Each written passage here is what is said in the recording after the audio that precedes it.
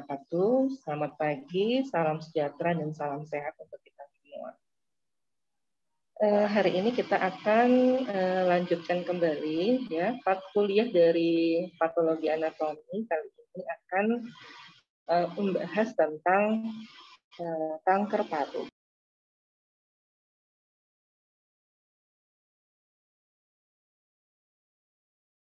Menyelesaikan kuliah ini diharapkan mahasiswa dapat menjelaskan tentang keganasan pada paru yang sering dijumpai. Kemudian kemampuan akhir yang diharapkan, mahasiswa akan mampu menjelaskan tentang metode pengambilan spesimen untuk kanker paru, jenis histologi kanker paru, kemudian diagnosis kanker paru, dan metastasis dari kanker paru. Ini adalah epidemiologi dari kanker paru. Di sini kalau kita lihat ya, warna biru ini menunjukkan insiden dan warna merah ini menunjukkan mortality ya. Nah, kalau kita perhatikan di sini jumlah insiden pada laki-laki itu memang lebih banyak ya daripada perempuan. Dan kalau kita perhatikan lagi ini pada setiap negara ini jumlah mortalitas dengan insidennya itu jumlahnya hampir sama ya. Ini menunjukkan bahwa mortalitas yang diakibatkan oleh kanker paru ini sungguh besar, cukup besar ya. Oke. Nah, ini adalah metode pengambilan sampling. Kita tahu ya sampling sampel di spesimen di PA itu dapat diperiksa secara sitologi maupun histopatologi ya. Jangan lupa lagi, ada sitologi dan histopatologi, dua pemeriksaan utama yang ada di PA. Kalau dia sitologi, itu spesimennya bisa diperoleh dari eksfoliatif, jadi sel-sel yang terlepas, ya, atau bisa juga dari abrasif, jadi memang sengaja dilepaskan, atau mungkin dari fine needle, jadi disedot, ya. Kalau yang eksfoliatif itu biasanya pada sputum, jadi sel-sel yang lepas pada sputum itu kita periksa. Atau dari torakosentesis, sel-sel yang terlepas pada kafum pleura atau pada cairan pleura. Sedangkan yang abrasif sitologi itu biasanya kita peroleh dari bronchoalveolar lavage ya, atau cucian bronchoalveolar ya. Kemudian bronchial brushing, jadi menggunakan sikatan bronkus ya. Kemudian washing bronchial, jadi ya cucian bronkus ya, air cucian bronkus. Kemudian kalau yang fine needle aspiration itu menggunakan jarum ya, menggunakan jarum khusus ya. Nah, biasanya itu disertai dengan didampingi dengan endobronchial ultrasound guided. Jadi biasanya kalau FNA ini untuk paru dilakukan bisa transesofageal, bisa percutaneous atau transtorasik. Jadi kalau fine needle ini bisa dilakukan transbronchial, jadi lewat bronkus, bisa transesofageal dan bisa transtorasik. Dan semuanya menggunakan jarum yang khusus. Kemudian kalau histopatologi itu tentu saja akan memperoleh sebuah jaringan ya. Kalau sitologi tadi kita bukan mendapatkan jaringan tapi sel-sel. Sedangkan histopatologi itu mendapatkan sebuah jaringan. Biasanya jaringannya kecil ya. Bisa melalui transtorakal ya. Jadi open biopsi kalau misalnya tumor-tumor yang terletak pada lebih perifer ya, mungkin bisa dilakukan transtorakal biopsi ya. Kemudian transbronchial. Jadi ini terutama pada tumor-tumor yang letaknya lebih sentral ya. Atau mungkin resection, jadi mengambil bagian dari lobus paru. Nah, ini kita berbicara tentang fine needle biopsy ya. Fine needle biopsy itu tadi kita sepakat adalah pemeriksaan sitologi ya. Bisa dilakukan secara transbronkial, bisa dilakukan secara transesofageal ataupun transtorakal. Nah, oleh karena berkembangnya teknik imaging saat ini ya, apakah itu CT scan ataupun USG. Nah, fine needle biopsy ini lebih sering dilakukan, ya, lebih sering dilakukan karena prosedurnya dipandu oleh imaging tadi, oleh CT scan. Jadi melakukan fine needle dengan panduan CT scan atau melakukan fine needle dengan panduan USG misalnya. Sehingga lapangan diagnostiknya menjadi lebih adekuat. Karena kalau misalnya dengan panduan ini ya jarum itu lebih terarah perginya ya. Jadi memang diarahkan memang kepada masa tumornya. Jadi lebih kecil kemungkinannya tidak mendapatkan sel tumor gitu. Jadi memang terarah jarum ini dengan panduan dari imaging tadi. Kemudian dari sitologi ini hasilnya cepat diperoleh. Ya. Fine needle biopsy ini dapat ditunggu hasilnya dalam 1 jam. Kita sudah bisa mengetahui hasil dari hasil biopsi aspirasinya. Dan yang paling penting ternyata fine needle biopsy ini juga tinggi akurasinya, sehingga biasanya pemeriksaan ini dijadikan sebagai initially diagnostic. Jadi diagnostik yang inisial sebelum para klinisi itu melakukan tindakan yang lebih invasif. Ya. Nah, berbicara tentang akurasi, ya, andai kata seorang radiologis dan patologis tadi itu memiliki pengalaman yang bagus, ya, maka akurasi dari spesimen yang diperoleh bisa mencapai lebih dari 90%, ya. Jadi radiologisnya pun mampu memandu, ya, patologisnya pun jarumnya tepat mengarah pada sel tumornya, ya, masa tumornya, maka tentu hasil yang didapat juga pasti akan memuaskan. Ya. Nah, andai kata diperoleh hasil yang negatif, belum tentu itu menyingkirkan suatu malignansi, ya, karena kita tahu ada yang disebut sebagai false positif dan ada false negatif.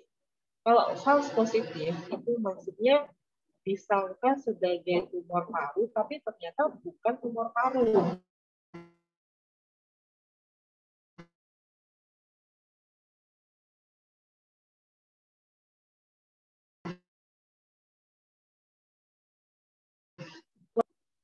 Misalnya adanya reaktif bronchial epithelial proliferation, ya, ada proliferasi dari epitel bronchial yang banyak, gitu, ya, membentuk kelompokan-kelompokan, sehingga kita sangka mungkin dia sebagai adenokarsinoma, atau mungkin adanya squamous metaplasia yang kita sangka sebagai squamous cell carcinoma. Kemudian ada reaktif mesotelium. Nah, ini yang paling sering dijumpai di klinis, ya, di praktek sehari-hari. Apabila terjadi reaktif mesotelium ini sangat susah dibedakan dengan metastasis adenokarsinoma, ya. Dan misalnya pada cairan pleura, ya, pada cairan pleura diperiksa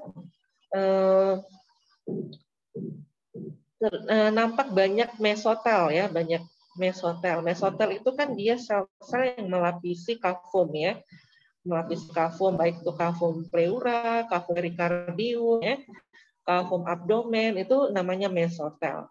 Nah, jadi kalau dia kondisi-kondisi tertentu, dia bisa menyebabkan mesotel ini menjadi reaktif, ya. Apakah itu infeksi atau apakah itu tumor. Nah, mesotel yang reaktif ini dia biasanya membentuk kelompokan-kelompokan, ya, bahkan bisa membentuk sel ball gitu ya. Sel ball itu maksudnya bola-bola sel gitu ya. Jadi memang berkelompok seperti bola gitu. Nah, biasanya kalau sel ball itu kan kita tahu bahwa sel ball ada ciri-ciri dari adenokarsinoma. Nah, ternyata si mesotel ini juga mampu membuat gambaran sel ball tersebut sehingga bisa terjadi false positif dan kondisi-kondisi lainnya ya. Sedangkan false negatif mungkin saja ya tadi pengambilannya itu kurang tepat ya. Jadi memang pada masa tumor tapi belum pas pada sel-sel tumornya karena kalau dalam tumor ini ya dia komposisinya itu kan macam-macam ya. Ada kelompokan sel-sel tumornya, ada kelompokan massa fibrotiknya, massa nekrosisnya. Yang terambil mungkin massa fibrotik, yang terambil mungkin massa nekrosis. Sehingga pada saat diperiksa nggak dijumpai sel-sel tumor, padahal sebenarnya sel tumornya ada, cuma tidak terambil gitu. Ya, jadi mungkin perlu nanti dievaluasi ulang atau mungkin diambil ulang biopsinya. Nah, ini tentang sensitivitas ya. Kalau kita lihat di sini, yang paling tinggi sensitivitasnya adalah fine needle aspiration ya, sekitar 75 sampai 95. Dan yang lain-lain ini bisa dilihat sendiri ya. Brushing ini juga tinggi karena dia biasanya sikatan bronkus, misalnya kalau ada massa di bronkus lalu disikat, setelah disikat dihapus di atas objek gelas, nah, itu biasanya dapat ya sel-sel tumornya. Sehingga dapat dikatakan akurasi untuk pemeriksaan sitologi ya, apakah itu sitologi cairan, apakah itu fine needle ya, itu bisa dikatakan sensitivitasnya 87% dan spesifisitasnya 90%. Nah, sensitivitas ini dia juga berpengaruh terhadap lokasi tumor. Jadi kalau lokasi tumor yang lebih mudah dijangkau oleh jarum ya, itu tentu saja berbeda kalau dia tidak mudah dijangkau ya. Jadi kalau mudah dijangkau artinya mudahlah didapat sel-sel tumornya. Tapi kalau dia agak jauh, kemungkinan tidak terjangkau oleh jarum ya, sehingga bisa jadi hasilnya kurang memuaskan. Kemudian hal-hal lain yang berperan pada sensitivitas sitologi ini juga adalah pengalaman dari cytopatologisnya ya. Jadi seorang patologis itu memang harus memiliki ilmu yang cukup ya untuk mengevaluasi sediaan-sediaan sitologi. Seperti yang saya sampaikan sebelumnya, ada false positif dan ada false negatif. Disangka reaktif mesotel itu adalah adenokarsinoma, padahal sebenarnya bukan adeno seperti itu. Jadi memang harus tinggi jam terbangnya agar mampu membedakan yang mana reaktif mesotel, yang mana adenokarsinoma. Dan kalau misalnya jam terbangnya udah tinggi, ya mungkin akan dengan mudah untuk membedakan antara keduanya. Nah, kemudian tadi itu sitologi. Nah, ini histopatologi ya, cubitan. Jadi diambil sedikit sampel jaringan dari tumor itu, tadi bisa bisa melalui bronkus, bisa melalui torakal ya atau percutaneous. Jadi bronkoskopik biopsi ini biasanya kecil ya. Kalau biopsi dari bronkus itu kan dicubit ya tumornya gitu ya. Kalau misalnya nampak ada massa di bronkus, kemudian operator akan mencubit sedikit jaringan bronkus tadi. Nah, itu biasanya kebanyakan itu kurang berhasil ya. ya pengalaman kami ya. Nah, memang ada yang berhasil, ada yang tidak berhasil karena seperti saya sampaikan tadi, mungkin yang tercubit itu adalah bagian yang lain dari tumornya, misalnya nekrosisnya, fibrotiknya, ya. Jadi tumornya nggak kelihatan. Kemudian kalau transbronchial itu prosedurnya lebih susah ya. Dan percutaneous needle biopsy itu lebih bagus ya, tapi banyak komplikasinya ya. Percutaneous needle biopsy itu maksudnya transtorakal tadi. Jadi jarumnya itu akan masuk di sela-sela iga. Jadi apalagi dengan bantuan panduan CT scan atau apa ya, atau USG gitu. Jadi jarumnya itu dimasukkan di sela-sela iga, terutama dia untuk tumor-tumor yang terletak di perifer ya. Jadi kalau misalnya tumornya letaknya di sentral, pilihannya adalah transbronchial. Kalau tumornya letaknya itu di perifer, itu pilihannya mungkin percutaneous needle biopsy atau transtorakal ya. Kemudian ada juga frozen section. Frozen section itu potong beku ya. Jadi barangkali ini adalah open biopsy ya, open biopsy. Jadi udah lebih complicated lagi, membuka rongga dada ya. Jadi ini termasuk operasi yang besar lah ya. Nah, pada saat Duranto operasi itu dikirim jaringannya, dikirim jaringannya ke PA.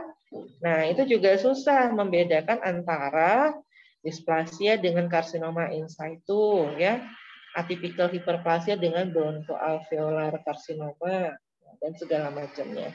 Jadi memang tidak mudah ya untuk melakukan evaluasi secara histopatologi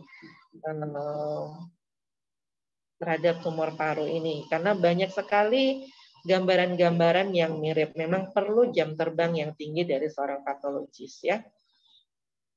Nah, ini adalah klasifikasi dari tumor paru menurut WHO tahun 2015. Ini yang terbaru. Ya. Coba lihat begitu banyaknya jenis-jenis histologi yang harus dievaluasi oleh seorang patologis, begitu banyaknya ya. Ada yang berasal dari epitel, mesenkim ya, limfohistiocytic ya, atau metastasis. Semua ini tidak mudah ya, perlu jam terbang yang tinggi ya. Nah, tapi di dalam praktek sehari-hari biasanya tipe histologi dari tumor paru ini ya dibedakan atas dua ya. Ini juga untuk memudahkan pada saat penata laksanaan pasien ya.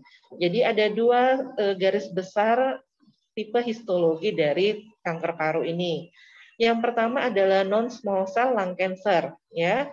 Yang kedua adalah small cell lung cancer ya.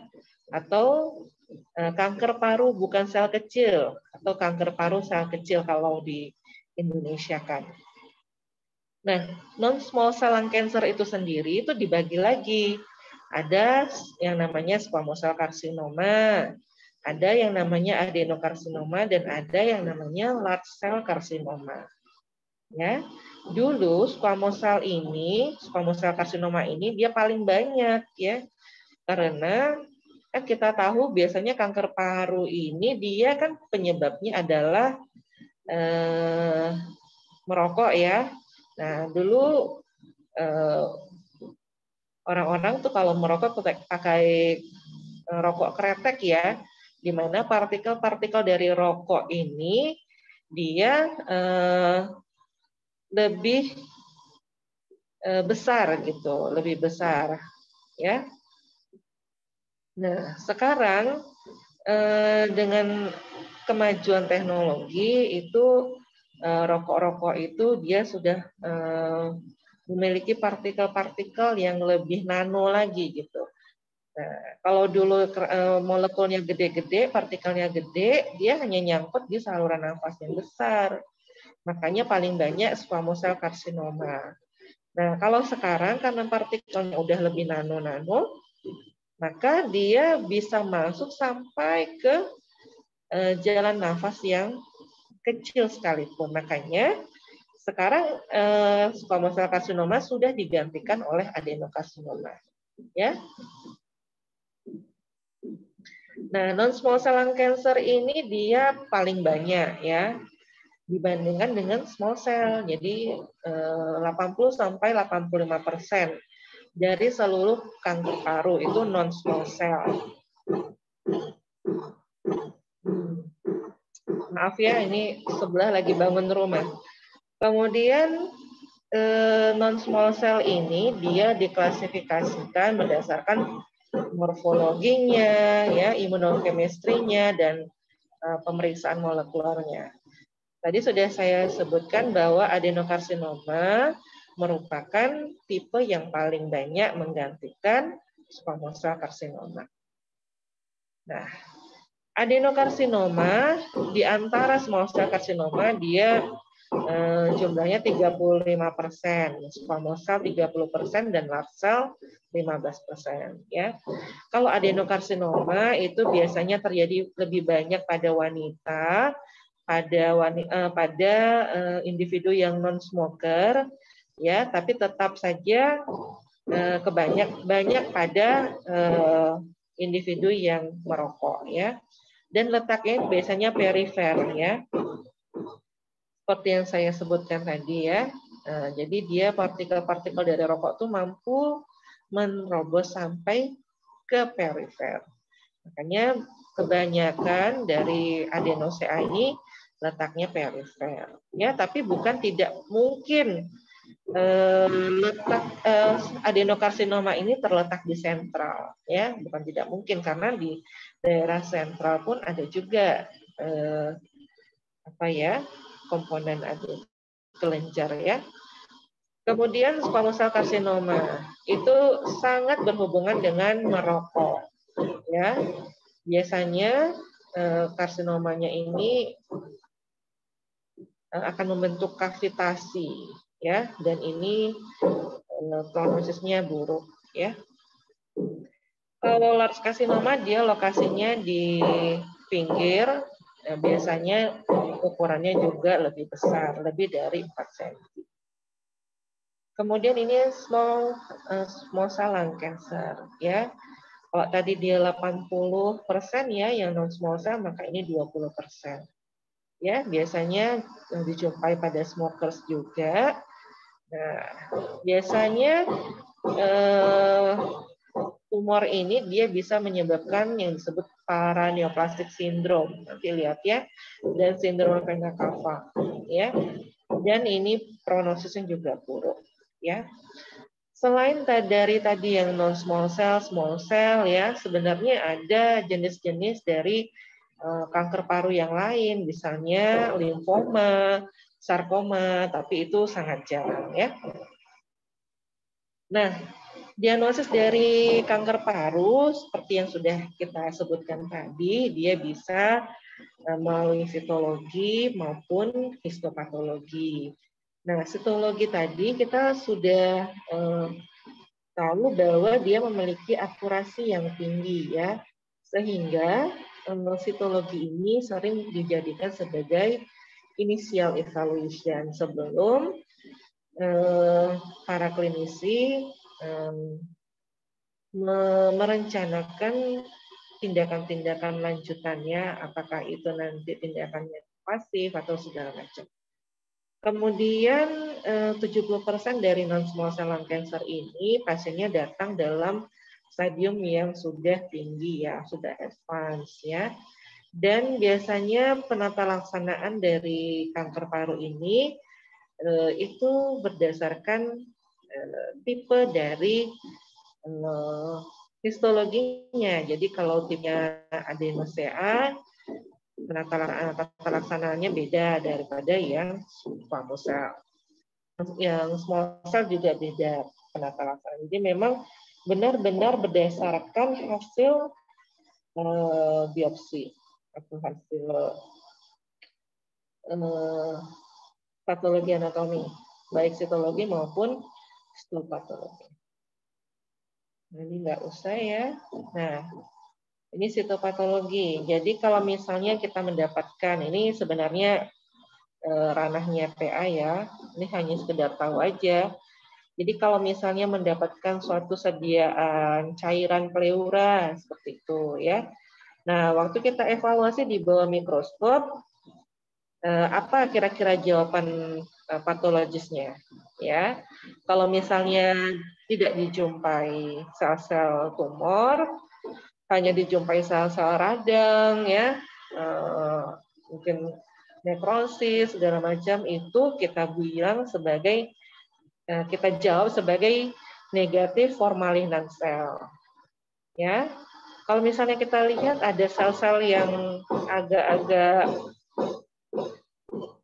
aneh gitu ya, sudah mulai tidak normal lagi, kita bikin atypical cell. Kalau misalnya kita lihat semakin banyak atypical cell tadi, kita bilanglah dia sebagai suspicious for malignancy. Nah, apabila kita melihat tadi kelompokan ada sel ball ya, kemudian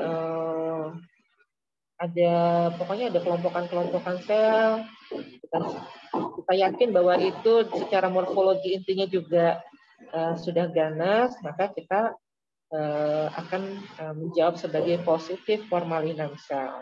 Dan biasanya kita harus sebutkan ini positifnya ini apa tipenya, squamous kah, adenokah atau apa seperti itu. Kadang-kadang juga bisa sediaan yang kita terima itu tidak memuaskan ya, misalnya hanya berupa darah seperti itu ya. Nah, ini tentang squamous cell ya. Dia tumor epitelial yang ganas yang menunjukkan keratinisasi ya. Kadang-kadang ada keratinnya, kadang-kadang juga nggak ada keratin. Dan intercellular bridge ya. Intercellular bridge ini dia adalah jembatan antar sel. Jadi kalau squamous ini ciri khasnya itu adalah intercellular bridge-nya itu gitu. Sangat jelas. Jadi batas antara sel yang satu dengan sel yang lain itu sangat jelas, dia ada intercellular bridge-nya ya. Yang dia berasal dari bronchial epithelium. Nah, ini dia klasifikasinya menurut WHO 2015. Ya, ada keratinizing apabila kita jumpai keratin. Kalau dia tidak dijumpai keratin, kita sebut sebagai non-keratinizing. Ya. Nah, kalau dia belum menembus basal membran, kita sebutlah dia sebagai karsinoma in situ. Nah, ini contoh dari squamous cell carcinoma. Yang ini adalah histopatologi, yang ini adalah sitologi. Ya, kita lihat di sini adalah kelompokan sel-sel squamous ya. Biasanya kalau dia sudah ganas ya, itu intercellular bridge-nya itu udah nggak kelihatan lagi ya. Dia jadi udah menyatu semua sitoplasmanya gitu. Nah, ini adalah kelompokannya. Nah, yang menandakan dia ganas adalah morfologi intinya. Ya, morfologi inti sel-sel yang ganas itu adalah kan dia ense-rasionya meningkat, ya, intinya membesar, ya, intinya membesar, kromatinnya kasar, ya, kadang-kadang anak inti bisa menonjol seperti itu. Kemudian bisa nampak mitos, tapi jarang, ya, kalau mitos jarang di sini. Ya, intinya pokoknya ini adalah squamous cell carcinoma. Kalau misalnya dia secara sitologi, ini juga hampir sama ya. Kenapa nih sitoplasmanya banyak ya? Biasanya kalau squamous tuh sitoplasmanya banyak dan eosinofilik, meskipun dia NC rasionya meningkat, tapi dia tetap sitoplasmanya itu tetap kelihatan ya. Ini kalau kita lihat ini inti selnya sudah mulai membesar ya. Ini hiperkromatik ya. Jadi kromatin itu bisa hiperkromatik, dia biasanya sangat biru, atau dia bisa kromatinnya kasar, atau dia bisa vesikular seperti itu. Ya, kemudian ciri khas dari squamous yang lain adalah latar belakangnya. Latar belakangnya ini sangat kotor, biasanya dengan massa debris. Massa debrisnya itu berasal dari mana? Dari keratin-keratin yang ada pada tumor ini, gitu. Nah, ini juga ya, lebih dekat lagi. Nah, kalau kita lihat ini, intinya sudah sangat hiperkromatik ya, hiperkromatik. Ya, misalnya bulat oval, kadang-kadang ini kalau sudah begini namanya sudah pleomorfik ya. Ada yang panjang, ada yang bulat membesar ya. Itu namanya sudah pleomorfik. Nah, ini dia, ini sitologi. Ini juga sitologi. Jadi ini ada kelompokan sel-sel juga dengan inti yang membesar. Yang paling penting tadi menandainya adalah kalau SCC adalah latar belakangnya yang kotor. Sekarang kita bicara tentang adenokarsinoma. Ini adalah klasifikasi dari adenokarsinoma menurut WHO tahun 2015. Jadi banyak ya, ada lepidik, asinar, semua ini. Nah, ini adalah gambaran histopatologi dari adenokarsinoma. Kita lihat ini ada struktur kelenjar. Ya, struktur kelenjar ini dia ada pelapis epitelnya. Nah, pelapis epitel kelenjar inilah yang mengalami malignansi gitu. Nah, kalau kita lihat di sini ya, inti-inti yang melapisi kelenjar ini dia sudah ganas ya, ditandai dengan intinya yang membesar ya. Harusnya kan dia rapi seperti itu ya kalau kelenjar yang normal ya. Ini dia sudah proliferatif ya. Harusnya kan dia satu-satu, tapi ini sudah bertumpuk-tumpuk ya. Kemudian dia intinya tadi membesar ya. Kemudian kromatinnya kasar. Kalau ini kan kasar ya, bukan hiperkromatik. Kalau yang ini hiperkromatik. Kalau yang ini kasar atau vesikuler ya, sehingga kadang-kadang anak intinya bisa kelihatan ya seperti ini. Anak inti atau nukleoli ya. Nah, karena dia kasar tadi ya, nukleolinya menonjol ya, seperti itu. Nah, ini dia adalah contoh adenokarsinoma. Nah, ini adalah adenokarsinoma yang invasif. Kenapa? Karena dia sudah menginvasi stroma. Stroma itu ini yang di luar kelenjar, jaringan ikat fibros. Ya, kalau dia misalnya ini sudah jebol, ya, kan di sini ada membran basal ya, membran basal. Kalau membran basal sudah jebol, artinya sel-sel tumor ini sudah masuk ke dalam jaringan ikat fibros atau dalam stroma. Itu menandakan dia invasif. Tetapi kalau misalnya membran basal ini masih utuh, ya sel-sel tumornya hanya berada di dalam kelenjar tapi belum masuk ke dalam stroma, itu disebut sebagai adenokarsinoma in situ. Ya, di sini ada sel-sel radang juga, ya sebagai pertahanan tubuh kita ya. Biasanya menandai suatu tumor itu ada mikroinvasinya.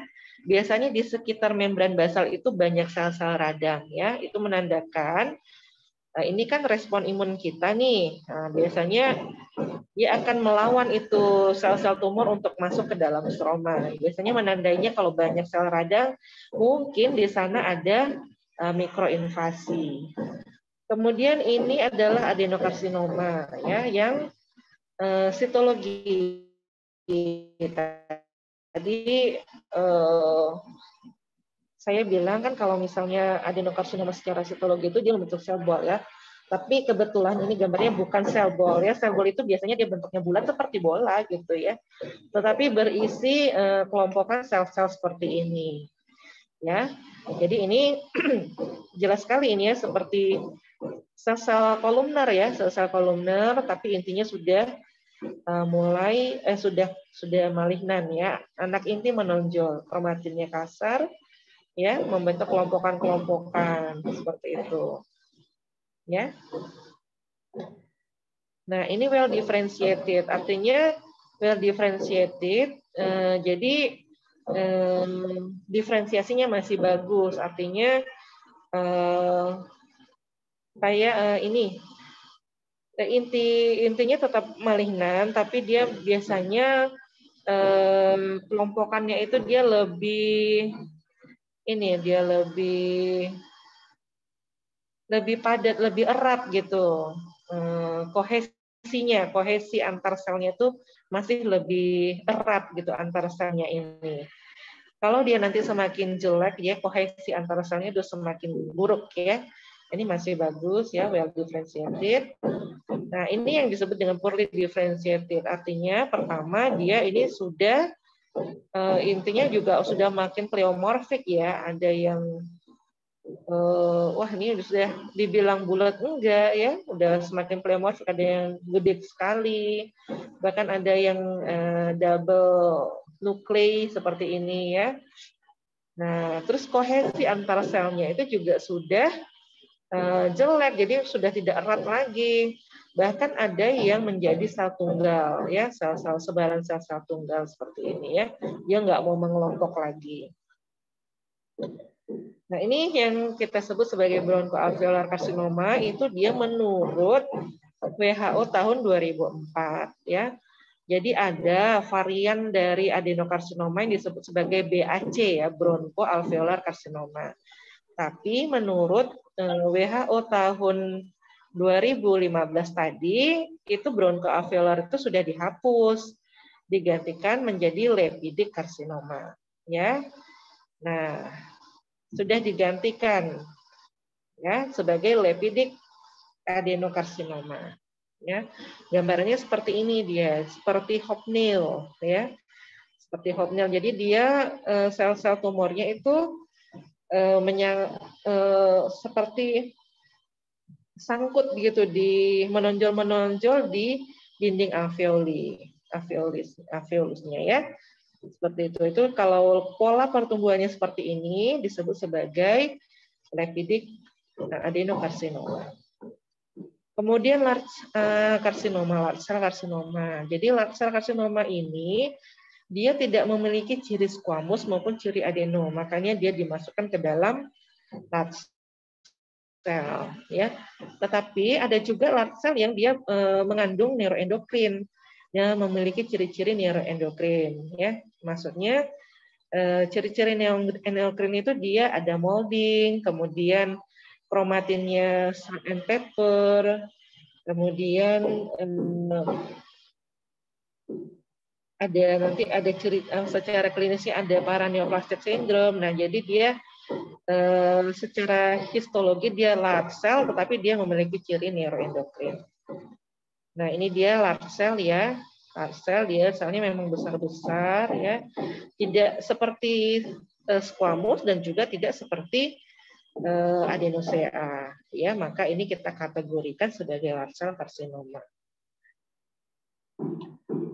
Nah, secara ininya dia syncytial cluster ya. Syncytial tadi itu dia tidak kelihatan batas antar selnya. Jadi dia syncytial, bercampur sitoplasmanya, sitoplasma sel yang satu dengan sitoplasma yang lain.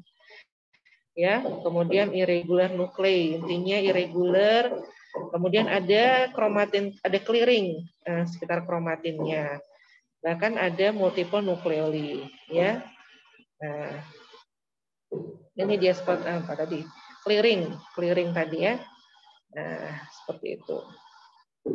Oke, sekarang kena small cell. Small cell ini dia malignant tumor, terdiri dari sel yang kecil-kecil dengan sitoplasma yang sedikit. Jadi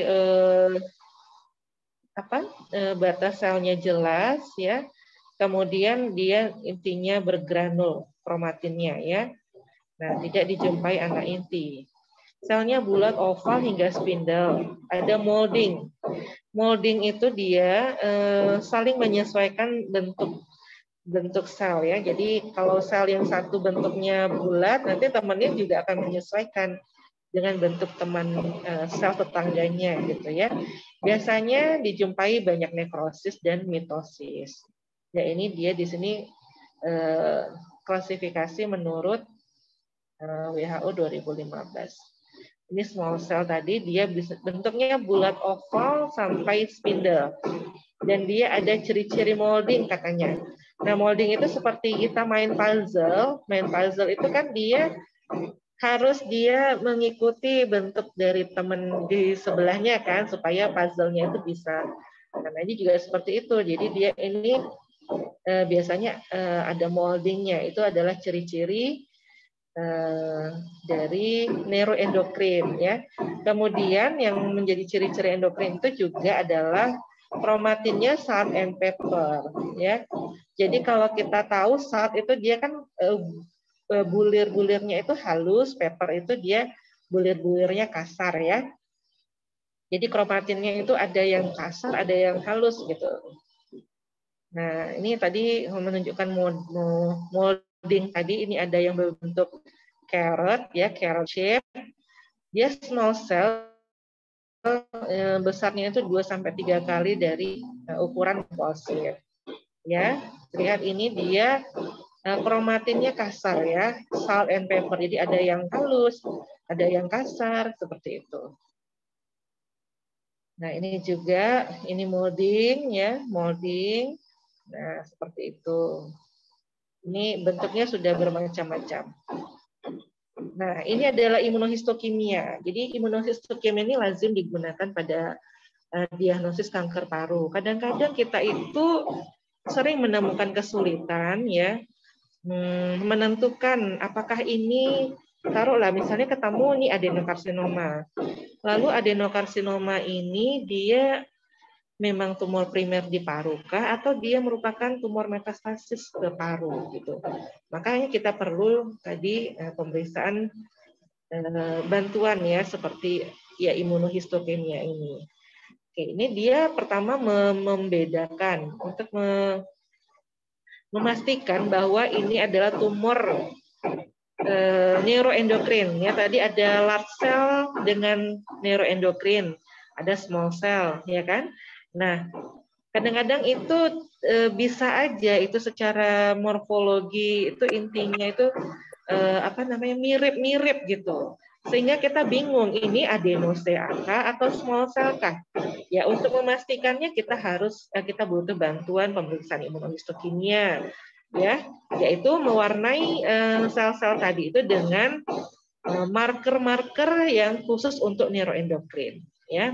Marker-marker itu adalah neuron specific enolase atau NSE, CD56, sinaptofisin, kromogranin. Nah, itu adalah marker-marker yang bisa membantu kita untuk memastikan oh ini dia memang tumor neuroendokrin. Ini adalah small cell. Ini bukan adeno. Nah, kemudian saya sebutkan tadi bahwa kita bingung ini tumor primer atau tumor metastasis, sama-sama adenosea. Tapi apakah ini tumor primer dari paru atau dia merupakan tumor adenosea yang berasal dari tempat lain, misalnya dari breast atau yang lain ya, dari prostat seperti itu, kan? Jadi kita butuh pemeriksaan imunohistokimia yang disebut sebagai TTF1, thyroid transcription factor 1 ya. Jadi thyroid transcription factor 1 ini dia merupakan organ spesifik. Dia sangat spesifik mewarnai sel-sel paru. Jadi kalau misalnya itu merupakan tumor primer, maka TTF1-nya akan positif karena dia memang khas untuk sel-sel yang ada di paru. Ya, dia juga sebenarnya khas juga pada tiroid, tapi kita harus singkirkan dulu bahwa tidak ada tumor di tiroid ya, maka kita bisa pastikan bahwa adenosea yang ada di paru ini adalah berasal dari paru karena TTF1-nya positif. Andai kata TTF1-nya negatif, kemungkinan adenosea ini berasal dari tempat lain. Ya coba kita telusuri lagi, mungkin dia ada kanker prostatnya, atau mungkin dia ada kanker payudaranya, atau kanker yang lain-lain seperti itu. Kemudian ini juga ada tambahan seperti sitokeratin 7, sitokeratin 20 misalnya ya. Ini sitokeratin 7 nih, misalnya nih ada sama-sama adenosea di dalam paru gitu ya. Nah, tadi kita sudah tahu dengan TTF1 ternyata dia negatif misalnya kan. Nah, terus berarti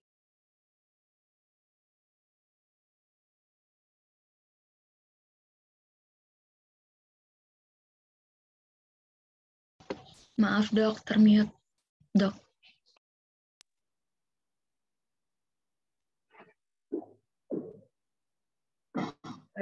Jadi tadi kita sudah tahu bahwa ini bukan tumor primer, berarti tumor metastasis. Lalu dari mana? Nah, kita boleh bantu lagi dengan sitokeratin 7 dan sitokeratin 20. Andai kata sitokeratin 7-nya ini positif, berarti dia berasal dari ovarium. Nah, andai kata dari sitokeratin 20-nya positif, berarti dia berasal dari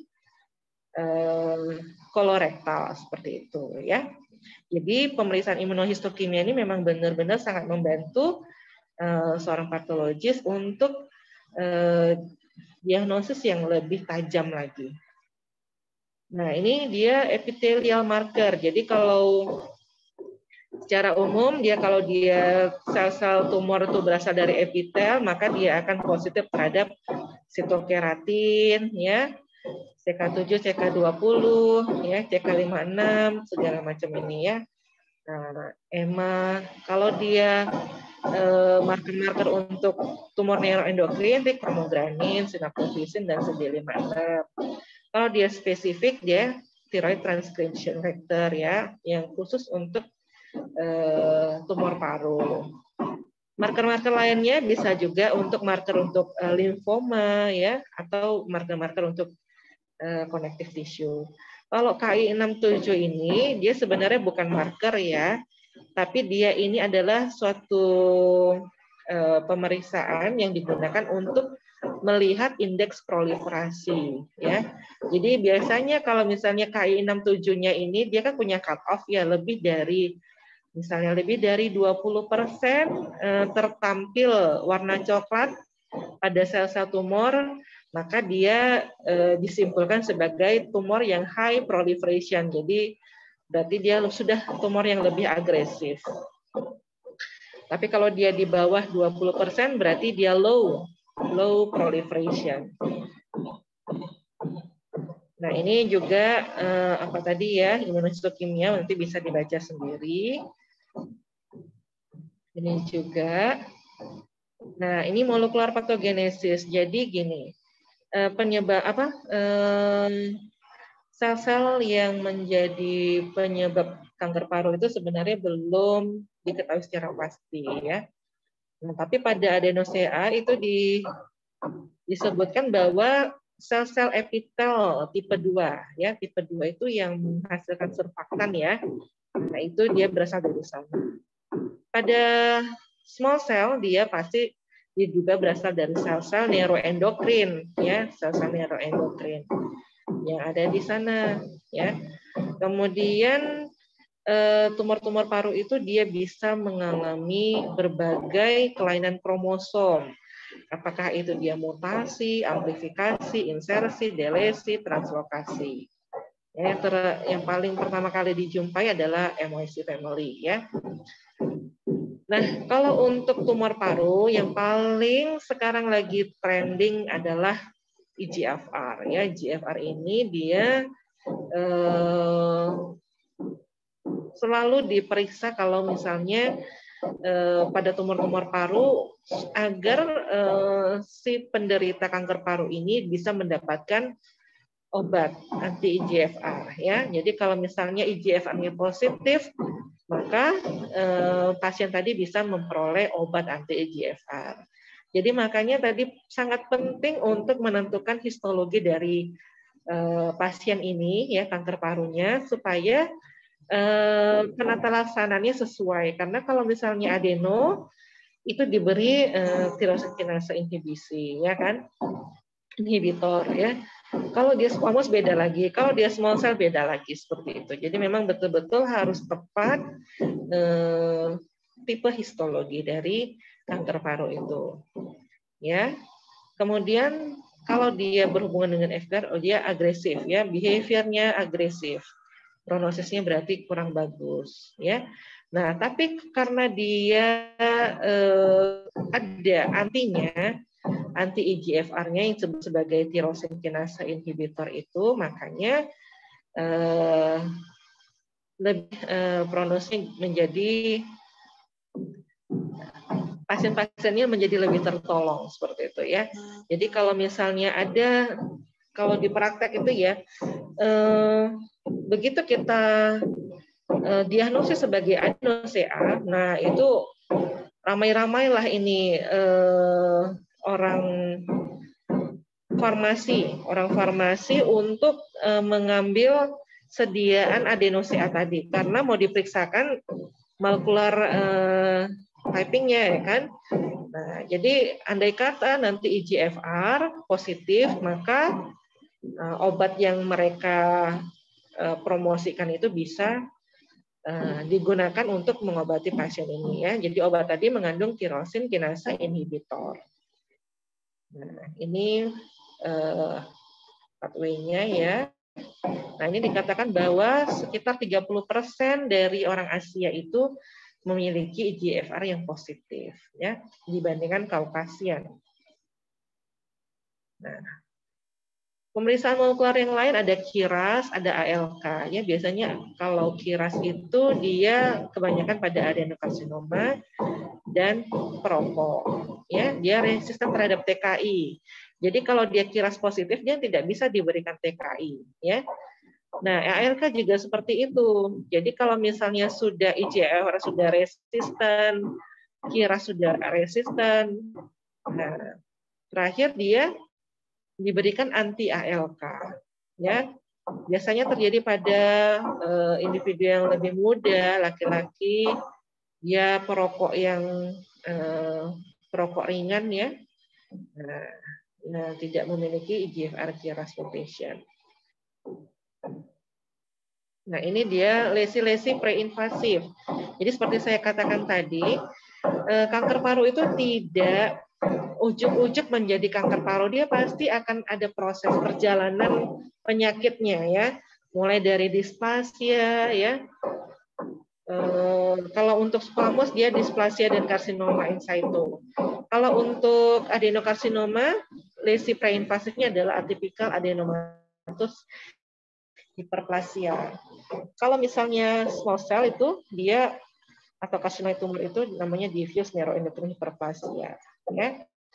Kalau small cell dia tidak ada lesi prekursornya, dia tiba-tiba sudah menjadi small cell. Nah ini dia ya. Jadi tidak ujuk-ujuk langsung menjadi suatu adenokarsinoma. Jadi dia memang membutuhkan waktu belasan bahkan sampai puluhan tahun sampai menjadi suatu kanker ya. Begitu juga kanker yang lain, tidak hanya pada kanker paru. Jadi kalau memang sudah terdiagnosa pada saat ini, kemungkinan ya belasan tahun yang lalu sudah ada, cuma belum menunjukkan gejala. Nah ini juga tadi sama, bisa dibaca sendiri. Nah ini lung cancer metastasis. Jadi kita tahu bahwa paru itu tempat yang paling favorit ya untuk tumor lain bersemayam di sana ya, metastasis ke paru. Tetapi paru juga bisa bermetastasis, kanker paru bisa bermetastasis keluar ya. Dia kemana ininya? Metastasisnya ke lymph node regional ya. Biasanya lymph node regional ini adalah supraklavikula ya. Kemudian ada adrenal gland, ada otak, ada tulang, ada liver. Ya, tulang, liver, otak, lymph node, dan adrenal. Nah, ini contoh dari kanker paru, ya. Ini kanker paru yang bermetastasis ke otak, ya. Ini adalah jaringan otak, ya. Yang longgar-longgar ini adalah jaringan otak. Ini dia astrocyte, ya. Nah, ada gambaran kelenjar-kelenjar di sini, gitu. Berarti ini adalah suatu metastasis kanker paru di otak seperti itu. Jadi kalau misalnya ada gambaran pada CT scan ada gambaran kanker otak, ya, waktu dilihat secara histopatologi ternyata ada gambaran metastasis seperti ini. Kalau gambaran metastasis itu biasanya dia tumornya tidak soliter ya, biasanya dia multiple seperti itu. Kalau yang ini dia metastasis kanker paru ke tulang. Ya, kebetulan ini adalah tulang metatarsal. Ya, ini adalah adenokarsinoma yang bermetastasis ke tulang. Nah, itu tadi tumor paru yang bermetastasis. Nah, lain lagi dengan tumor yang bermetastasis ke paru. Biasanya dia berasal dari payudara, berasal dari prostat, dari kolon, dari ginjal, atau dari melanoma. Nah, ini CT scan-nya biasanya. Kalau CT scan dari lung metastasis itu, dia biasanya tidak soliter, tapi dia multiple seperti ini. Jadi kan biasanya kalau tumor paru itu dia kan satu, bulat gitu ya. Tapi kalau dia metastasis, dia biasanya besar, dia banyak gitu, multiple. Jadi ada fokus-fokus di sini. Itu menandakan suatu metastasis di metastasis kanker di paru ya. Nah, ini secara grossnya, secara makroskopis banyak kita lihat adanya kelompokan sel tumor ya, massa tumor. Kelompokan massa tumor ya, sama seperti liver juga. Kalau metastasis tumor itu dia tidak soliter ya, biasanya banyak kecil-kecil ya, seperti ini ya, ada yang besar, ada yang kecil, pokoknya dia intinya tidak satu, banyak gitu. Itu menandakan ciri-ciri metastasis tumor itu seperti itu. Yang ini adalah metastasis kolon ke paru-paru ya. Ini dia adalah gambaran paru ya. Ini adalah alveoli ya. Ini adalah tumornya, tumor kolonnya berupa adenokarsinoma. Kalau yang ini ada kelompokan kelenjar prostat. Kalau yang ini adalah gambaran dari clear cell renal cell carcinoma. Ya, jadi ini clear cell renal cell. Jadi ada kanker pada ginjal yang bermetastasis ke paru, ya. Sedangkan yang ini adalah melanoma, ya. Melanoma itu dia kan sel-sel yang berasal dari tumor yang berasal dari sel-sel melanin, ya. Tumor yang berasal dari sel-sel melanin bermetastasis ke paru. Oke, nampaknya sudah selesai kuliah kita. Waktunya tinggal 2 menit lagi. Ada yang ingin ditanyakan? Nampaknya ini Dr. Lydia sudah masuk ya? Dr. Lydia. Yang akan memberikan kuliah K3. Belum ya? Oke lah. Karena keterbatasan waktu, mungkin kita sudahi dulu saja kuliah kita hari ini ya. Semoga bermanfaat. Mohon maaf bila ada salah-salah kata. Saya tutup kuliah ini.